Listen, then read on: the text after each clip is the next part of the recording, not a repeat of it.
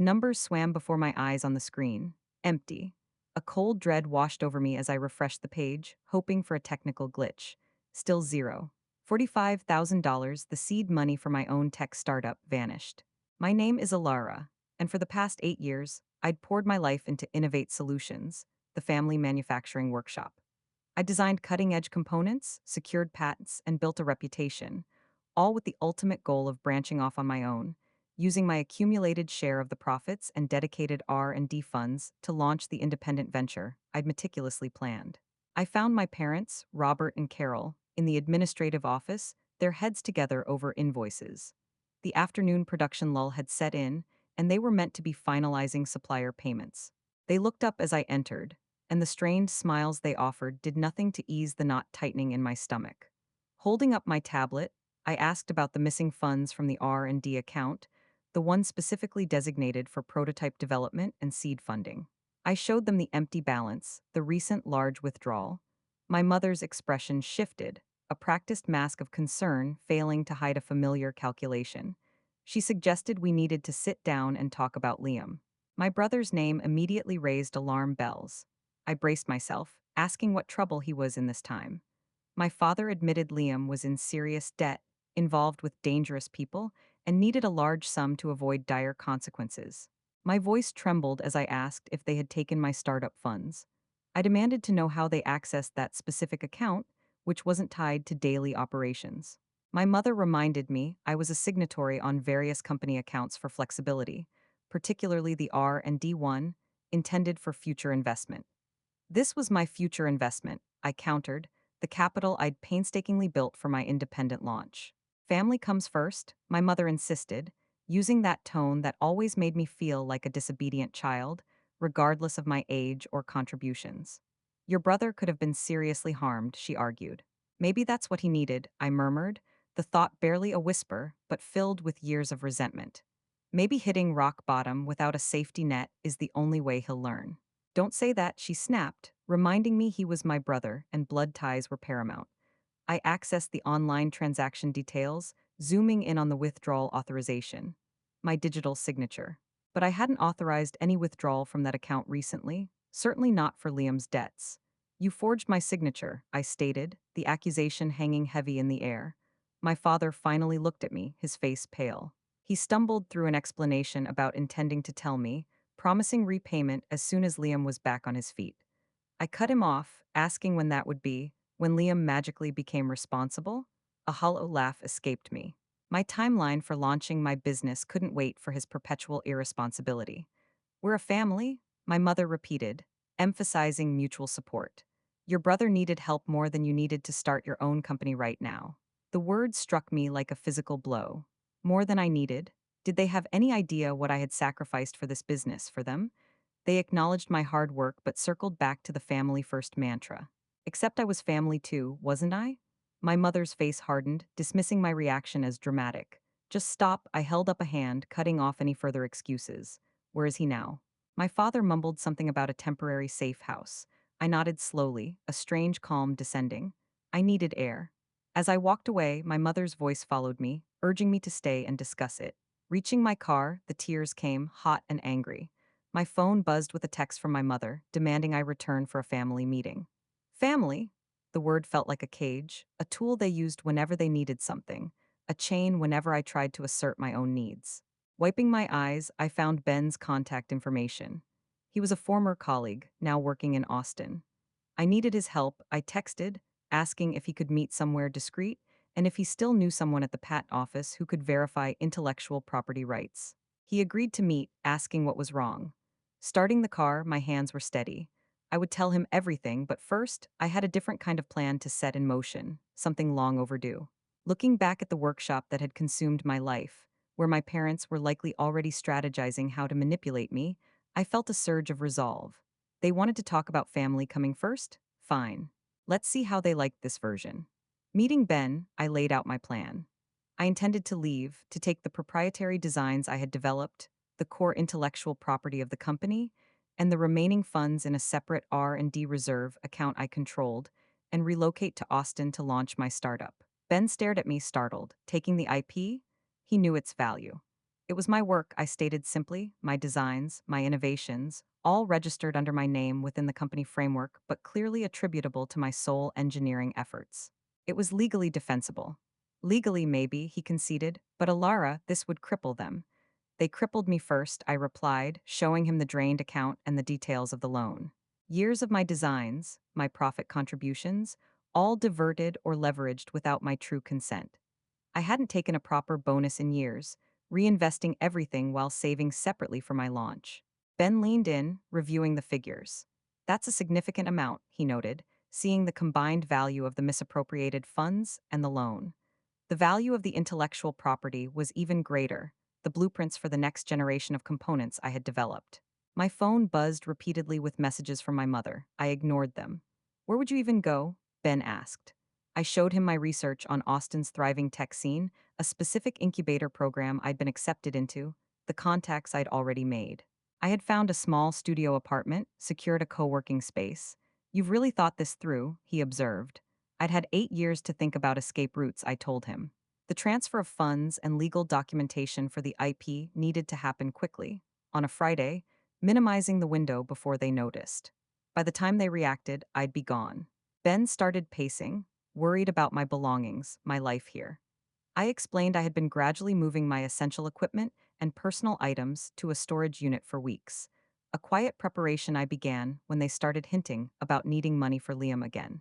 I just hadn't imagined they would go this far, touching the funds I had specifically siloed for my future. What do you need from me? He asked. A place to stay until Friday, I told him. And I needed him to deflect my parents when they inevitably came looking, to say I was upset and he hadn't heard from me. He understood the pressure they would exert, especially my mother.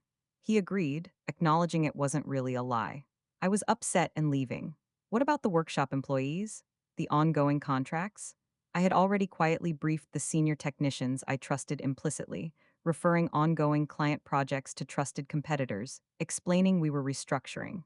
It turned out my parents were behind on payments to key suppliers anyway, creating a precarious situation. Ben let out a low whistle. You really are your father's daughter, aren't you? Meticulous planning, ruthless execution. No, I stated sharply. I'm nothing like him. He enables destruction to protect Liam. I'm just reclaiming what is rightfully mine. My phone buzzed again. They were at Ben's apartment building. I saw from the caller ID, probably waiting to ambush me. Stay here tonight, Ben insisted. We'll get the rest of your things tomorrow while they're distracted. I agreed, my throat tight, thanking him for putting himself in a difficult position. He reminded me of a time I had helped him through a tough situation, calling it a return of the favor. We spent the next hours finalizing my relocation details, coordinating the IP transfer, and the movement of funds. One last thing Ben asked as we prepared to rest. What about Liam? I paused. What about him? I asked. He'll be devastated when the company collapses when the bailouts stop. No more enabling.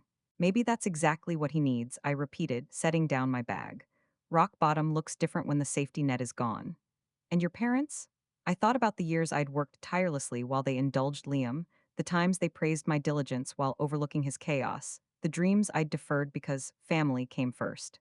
They made their choice, I said quietly. Now I was making mine.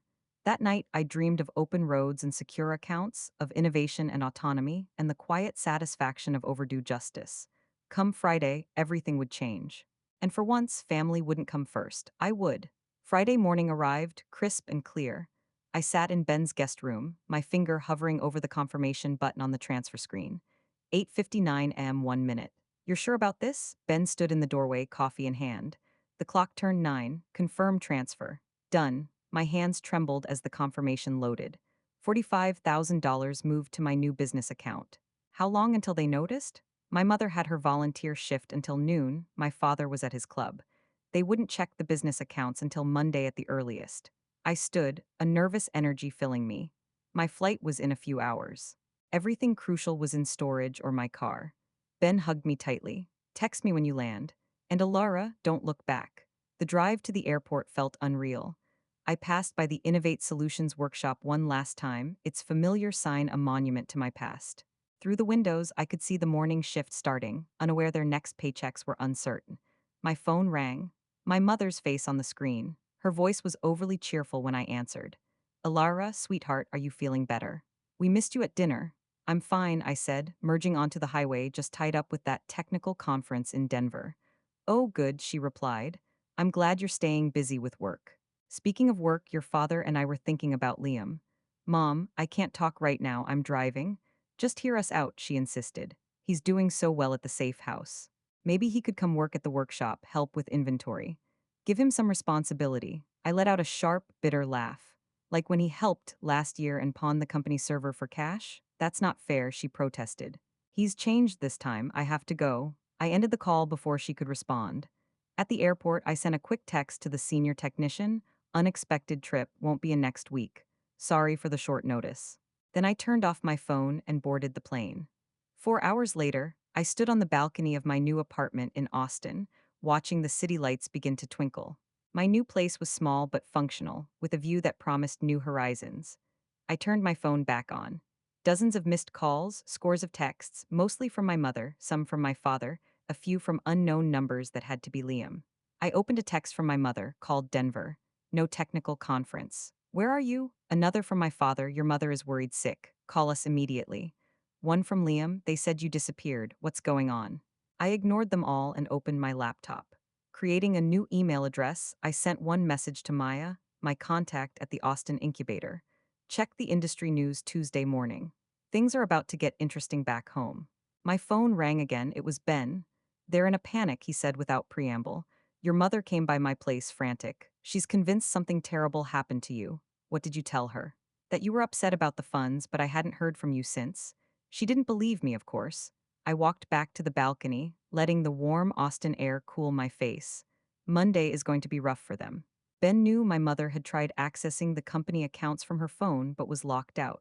She changed the login last month, I said, after Liam tried to access it. Ben was silent for a moment. Are you okay? I watched the city lights. I'm free. That night, sleep was elusive. I kept checking my new bank account, confirming the funds were real, that this wasn't a dream. At 3 o'clock am, a text from an unknown number. The safe house is kicking me out. Mom and Dad aren't answering. Please help. Liam, I blocked the number. At 4 o'clock am, an email from the senior technician. Just saw the account status and the news about the loan. Oh my God, Alara. What did they do to make you snap? I didn't answer. At sunrise, I walked through the quiet Austin streets, the air thick with possibility. My phone buzzed with another message from my mother. Whatever's wrong, we can fix it as a family. Please come home. I took a deep breath of the morning air and typed my response. Family comes first, remember? I'm just following your example. Then I blocked her number 2. Back in my apartment, I opened my laptop and logged into the incubator portal. My first orientation meeting was scheduled for Monday. New city, new contacts, new life. Let Monday come. Let them discover the empty accounts, the transferred funds, the missing daughter who had finally put herself first. I was done being the diligent one, the financial safety net. Done being the good daughter who sacrificed everything for family. Now, it was their turn to face the consequences. The first news report appeared on Wednesday. I was in a meeting at the incubator when Ben sent me the link. You need to see this, his text read.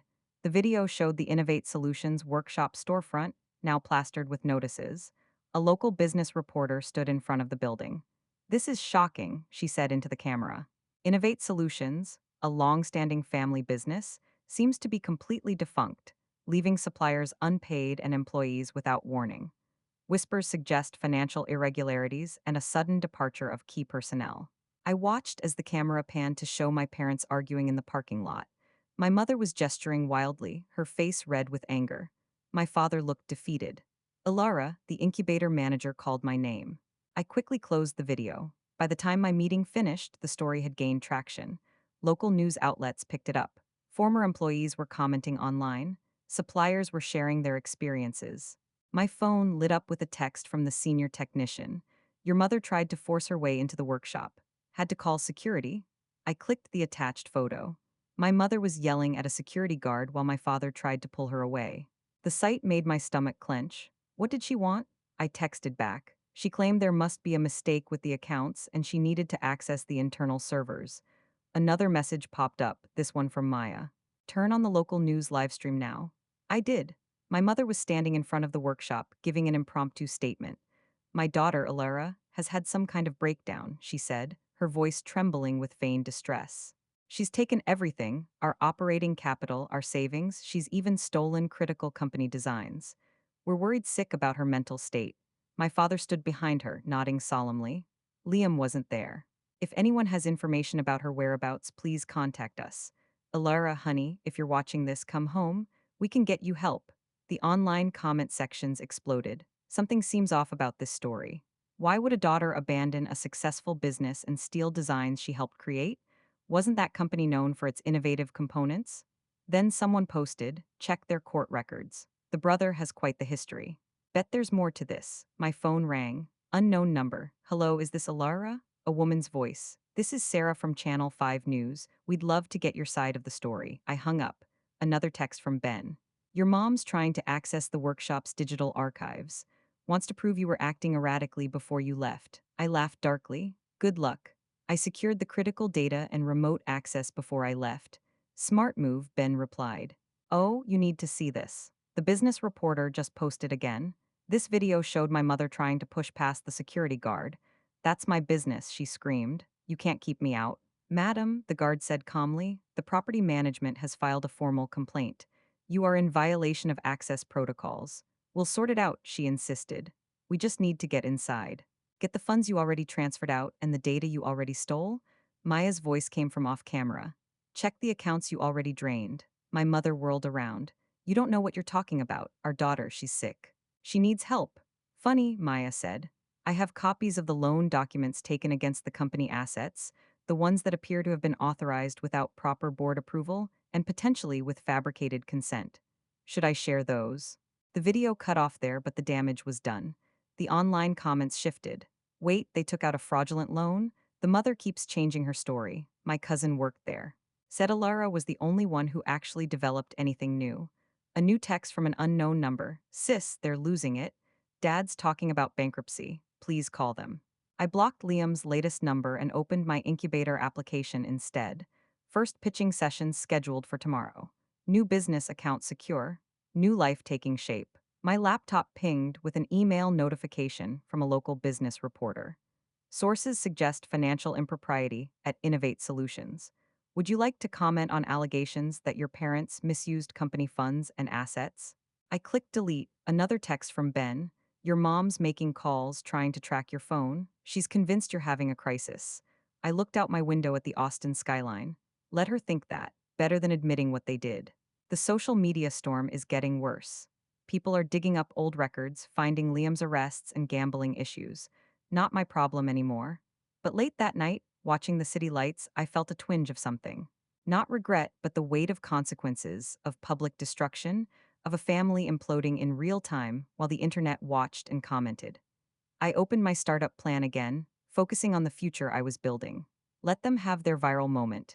Let them face the consequences of their choices. I had a different kind of future to build now. Alara speaking, I answered the unknown number, against my better judgment, expecting another reporter.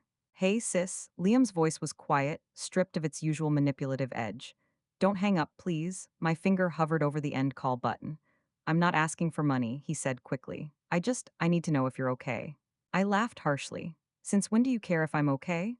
Since I watched mom and dad completely fall apart this week, he paused. Since I realized maybe they deserved it. I sat down on my balcony chair, the Austin breeze cooling my suddenly warm face. Are you high right now? No, 3 months clean, actually. For real this time, he sighed. The Safe House program is different. Makes you face yourself, you know. Why are you calling, Liam?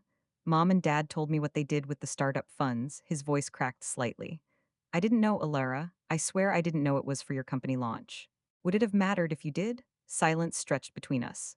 No, he finally admitted. Probably not. I was pretty far gone then. And now I'm watching mom's meltdown go viral, realizing I helped destroy my sister's everything. I closed my eyes against the city lights. You didn't destroy everything. I'm actually doing pretty well. Yeah, a hint of his old smile crept into his voice. Austin sounds nice. My eyes snapped open. How did you? I can hear the city sounds, sis. Don't worry, I won't tell them where you are. They don't deserve to know. More silence. I'm sorry, he said softly. For everything. For being the reason they constantly needed money, for letting them enable me, for watching them take your dreams and staying silent. You deserved better. We all deserved better. My other phone line beeped with an incoming call, the incubator's number. I have to go, I cut him off. I have another call. Wait, can I call you again sometime? I hesitated. I'll think about it, I switched calls. Hello, Alara. This is David from the incubator. We reviewed your updated proposal. My heart skipped a beat. It's excellent. Your designs are cutting edge. We're ready to move forward with the next stage. I gripped the balcony railing. You mean if I'm ready, we can proceed with securing initial angel investment? Exactly. Your potential is very promising. Tears spilled down my cheeks. Yes, yes, I'm ready. After hanging up, I sat watching the city, a hand resting on my heart, feeling the surge of possibility.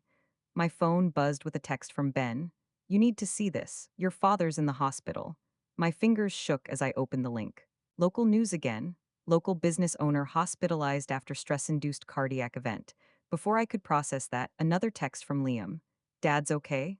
Minor heart attack. Mom's blaming you. Then a voicemail notification. My mother's number using my father's phone to bypass my blocks. How dare you? Her voice shook with rage. Your father is in the hospital because of what you did. You've destroyed this family.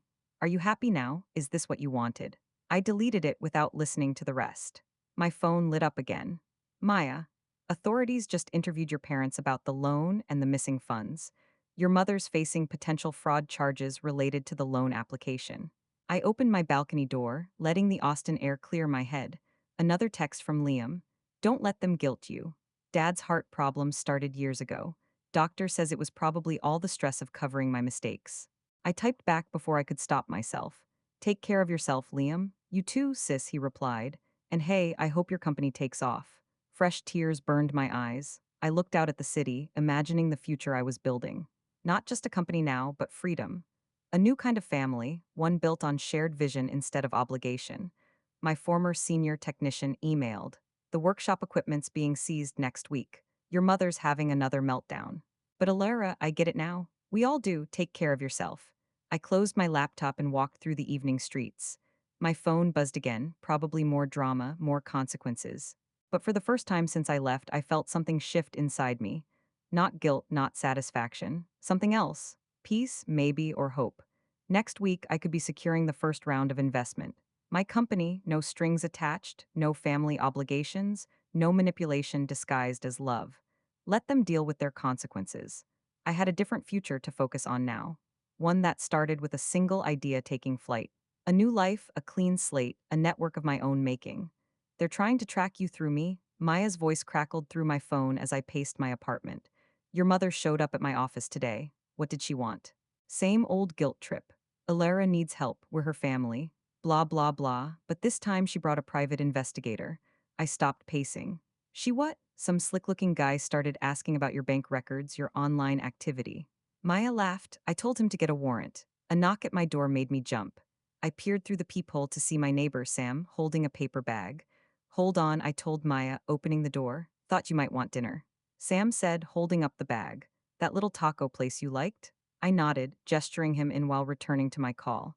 What else did the investigator say? He tried to convince me you were mentally unstable, that you'd had some kind of breakdown. Maya's voice hardened. Your mom showed him copies of the loan documents, the ones tied to the company assets, trying to prove you'd acted irrationally. Sam raised an eyebrow as he unpacked the food. That's rich, I said.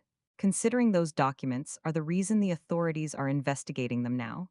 Exactly. Oh, and get this. Ben sent me screenshots of your mom trying to access the digital archives through their old IT provider. She's desperate to prove you deleted critical data while having a crisis. The data I secured? The very same. Sam slid a plate of tacos toward me. I put the phone on speaker and sat down. There's more, Maya continued. Your father checked himself out of the hospital against medical advice. They're about to lose the workshop building. The building? My fork froze halfway to my mouth. How? Apparently, they had leveraged the property for a significant loan to cover Liam's earlier debts years ago. Now they can't make the payments with the business failing. Sam whistled low. Your family doesn't do anything halfway, do they? Who's that? Maya asked. My neighbor, Sam. He brings me food and pretends not to judge my family drama. I'm not judging, Sam said, reaching for a taco. I'm admiring your exit strategy. Very clean break. A new text flashed on my screen. Unknown number, but I recognized the area code from the safe house. Alara, Liam's message read. They're trying to track your phone through the old family plan. Get a new number. I showed the text to Sam. My brother's actually being helpful. Maybe he's finally changing, Maya suggested. Or maybe he's just worried about his own skin now, I countered. Speaking of plans, Sam said, isn't your pitching session tomorrow? Before I could answer, my phone rang. The incubator. Alara, David here. Just confirming your time slot for tomorrow morning. We're looking forward to your presentation. I felt Sam squeeze my hand as I confirmed the time. After hanging up, I sat in silence, pushing my food around the plate. You okay? Sam asked softly. What if they find me? The fear I'd been suppressing bubbled up. What if they try to interfere with the pitch? They won't, Maya said firmly through the speaker. I won't let them. Neither will I, Sam added. My phone buzzed again. A voicemail from my mother using another new number. Your father could have died, Ilara. His heart can't take this stress. If you have any love left for this family, any at all, you'll come home and fix what you've broken. We raised you better than this. I deleted it without finishing again. You know what's funny? I said to both Sam and Maya. They keep saying they raised me better than this, but they raised me exactly like this. They taught me that family means taking what you want and justifying it later. The difference is, Sam said, you're taking back what's yours. My phone lit up with another text from Liam. Mom's losing it. She's talking about hiring a lawyer to declare you legally incapable of managing your affairs. Get yourself a good lawyer, sis. Already done, I typed back. Maya's voice crackled through the speaker. The local business journal is running a story tomorrow about the fraud investigation. Your parents' lawyer advised them to stop talking to the press. Too late for that, Sam said, showing me his phone. Another viral video. My mother screaming at someone outside the workshop, demanding access to frozen company assets. I pushed my plate away, suddenly exhausted. Tomorrow I could be pitching the future of my company. Tomorrow everything could change. Get some rest, Sam said, standing to clear the plates. I'll make sure you get to the incubator in the morning. We've got your back, Maya added. No matter what happens. I looked at these two people, one old colleague, one new friend who had become my chosen family, who supported me without conditions, without manipulation, without the weight of toxic obligation. Maybe that's what real family looks like. The pitch was successful, David said, smiling at me over his desk. The investors are impressed, Alara. You've secured the seed funding. 3 weeks had passed since I arrived in Austin. 3 weeks of planning, networking, and trying not to check my phone every 5 minutes. Sam squeezed my hand as happy tears rolled down my cheeks. My bubble of joy burst when my phone buzzed. Maya's name flashed on the screen. Turn on any news channel, she said without preamble. It's happening. Sam and I rushed to the common area where a TV mounted on the wall was playing the local news from back home. My mother stood on the courthouse steps, handcuffed, while my father spoke to reporters. My wife made some unfortunate decisions, he was saying, his voice trembling. The stress of our daughter's disappearance, the business collapse, it affected her judgment. The ticker at the bottom read, local business owner arrested for financial fraud. Additional charges possible. Additional charges? I whispered. They found evidence of tax evasion and other discrepancies going back years during the fraud investigation, Maya explained. The camera panned to show my mother being led to a police car. She looked directly into the lens and screamed, Alara, this is your fault. Are you happy now? Sam turned off the TV. Let's get you back to your place. Back in my apartment, the updates kept rolling in. The senior technician sent screenshots of the official charges. Fraud, tax evasion, misuse of company assets. The prosecutor's office is calling it a pattern of financial manipulation. Maya reported they found evidence going back years. My phone lit up with a text from Liam. Mom's looking at serious time. Dad's cooperating with prosecutors to save himself. The workshop building is being foreclosed next week. I sat on my balcony, one hand resting protectively over my laptop, which contained the future of my company. Sam brought me water and sat quietly beside me. I should feel bad, I said finally. They're my parents. I should feel something. You do feel something, he said gently, just not what they want you to feel. Another text from Liam. Got arrested again. Minor charge, public intoxication, but no one's around to bail me out this time. Good, I typed back. Yeah, he responded. Maybe it is good, maybe I need this. Maya called again. Your dad's giving interviews, trying to save face. He's claiming your mom acted alone, that he was a victim too. Classic dad, I said, avoiding responsibility until the end. Innovate Solutions is officially defunct, she continued. Maya's contacts had already leased the building to a new manufacturing firm. My phone buzzed with an email notification from my father. Your mother's lawyer wants you to testify, please. She's still your mother. Delete. Another from my mother's new lawyer. Your testimony could help reduce sentencing. Family should stand together. Delete, a letter arrived in my mailbox. Actual paper mail forwarded through Ben, Liam's handwriting. I'm sorry, not just for the money this time, for everything. For being the black hole that sucked up all their attention, all their resources, all their focus. For letting them enable me while they stifled you. For watching them undermine your dreams and staying silent. You deserved better. We all deserved better. I'm staying in the program this time. For real. Not for them, for me. Maybe someday we can talk again. Maybe not. That's up to you. Take care of yourself and that company. Build something they never could. Liam. I folded the letter carefully and looked at Sam. He knew about my startup plans. Ben might have told him. He admitted Ben had mentioned my new venture, thought he deserved to know his sister was finally pursuing her dream. My phone lit up with breaking news. Local business owner pleads guilty to multiple fraud charges. Then a voicemail from my mother using another new number. This family is done, destroyed, unless you save it.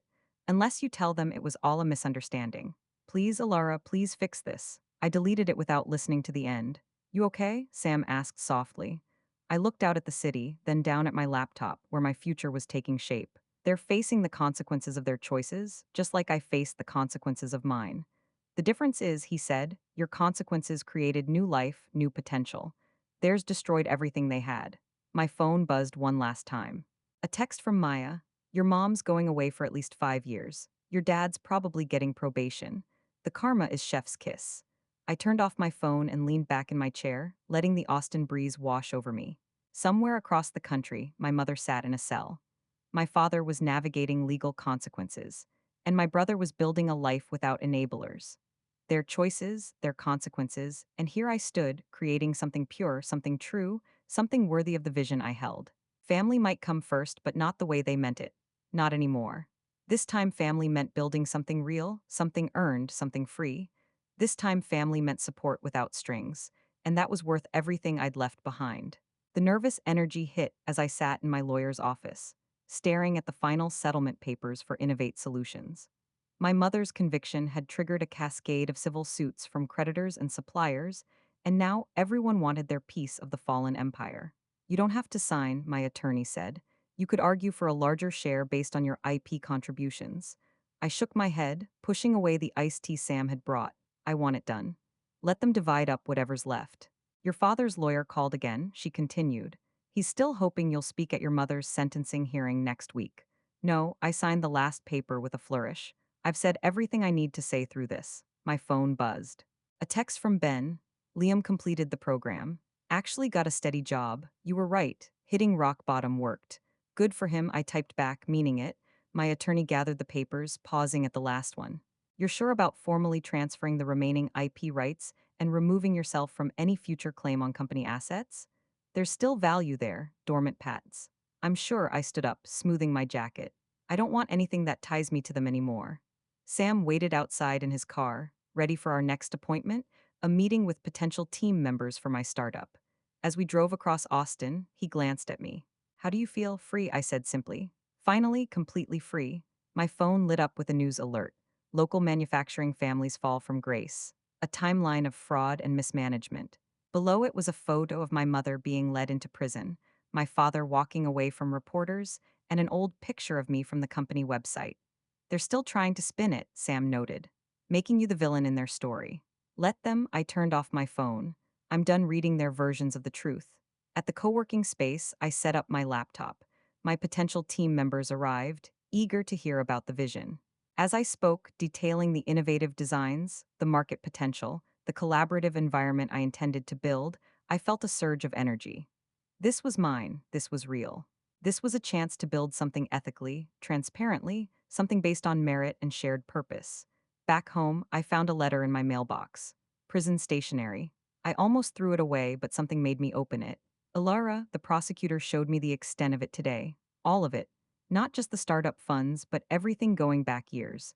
I saw the financial records, the loan details, the tax documents.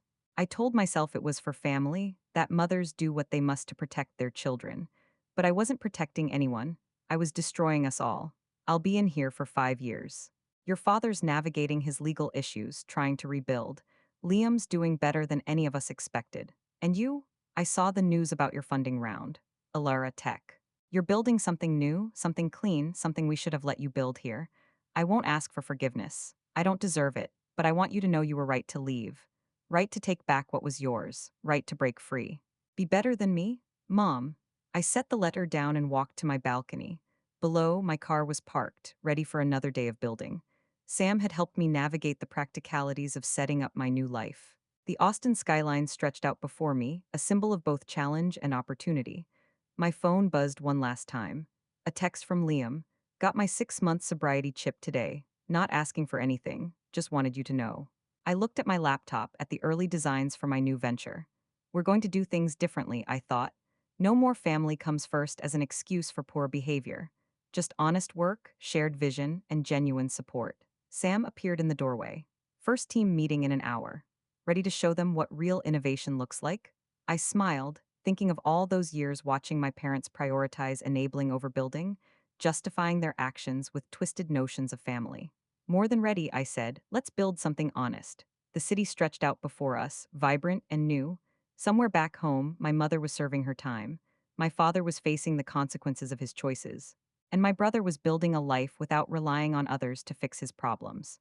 Their choices, their consequences, and here I stood, creating something pure, something true, something worthy of the vision I held. Family might come first, but not the way they meant it. Not anymore. This time, family meant building something real, something earned, something free. This time, family meant support without strings, and that was worth everything I'd left behind.